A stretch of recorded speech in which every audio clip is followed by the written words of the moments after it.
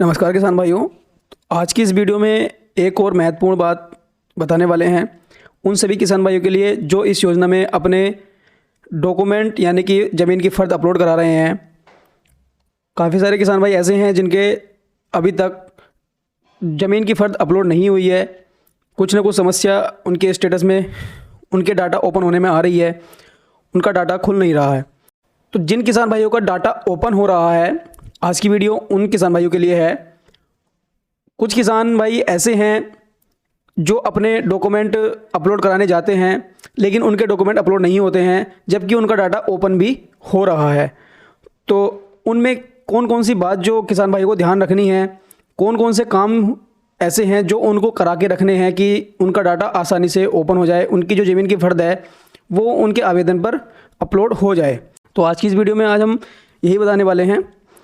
तो लास्ट तक वीडियो को ज़रूर देखें, तभी आपको पूरी बात समझ में आएगी।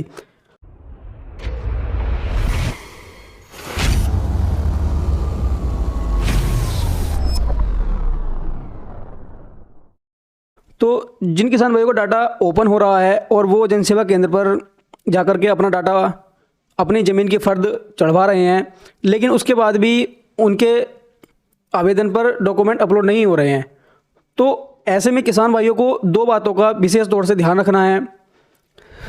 ये समस्या अधिकतर जो बुजुर्ग किसान हैं, जो बहुत जिनकी उम्र काफ़ी ज़्यादा हो गई है और जिनके पास मोबाइल उपलब्ध नहीं है, मोबाइल नंबर उपलब्ध नहीं है, तो ऐसे किसानों के साथ ये समस्या आ रही है। तो इसमें जो विशेष रूप से बात ध्यान रखने वाली है सभी किसान भाइयों के लिए जो अपने ज़मीन की फ़र्द अपलोड करा रहे हैं, सबसे पहली बात है कि उनके आधार पर उनका मोबाइल नंबर जो इस समय वर्तमान में उनके पास है, वो नंबर उनके आधार कार्ड पे लगा हुआ होना चाहिए। काफ़ी बार ऐसा होता है कि किसान भाई अपना कोई पुराना नंबर उसमें लगा हुआ होता है किसान भाई का, और वो खो जाता है, नंबर वो बंद हो जाता है। तो ऐसे में भी किसान भाइयों की फ़र्द अपलोड नहीं होगी भले ही उनका डाटा ओपन हो रहा हो, क्योंकि जब तक आपका आधार पर आपके जो इस समय वर्तमान में आपके पास फ़ोन नंबर है वो लगा हुआ नहीं होगा, तब तक आपके मोबाइल पर OTP नहीं आएंगे और आपकी फ़र्द भी अपलोड नहीं होगी। तो पहली बात ये है कि किसान जो भी नंबर, मोबाइल नंबर किसान भाई इस समय चला रहे हैं, उस नंबर को ही अपने आधार पर लिंक कराएं।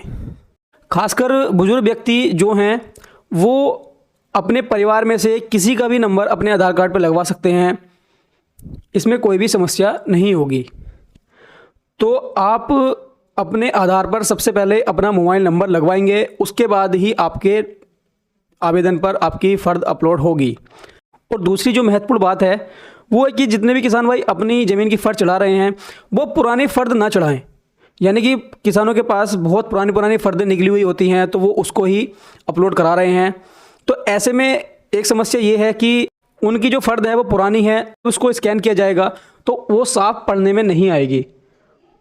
तो ऐसे में उनका आवेदन फिर से रिजेक्ट होने की संभावना हो सकती है।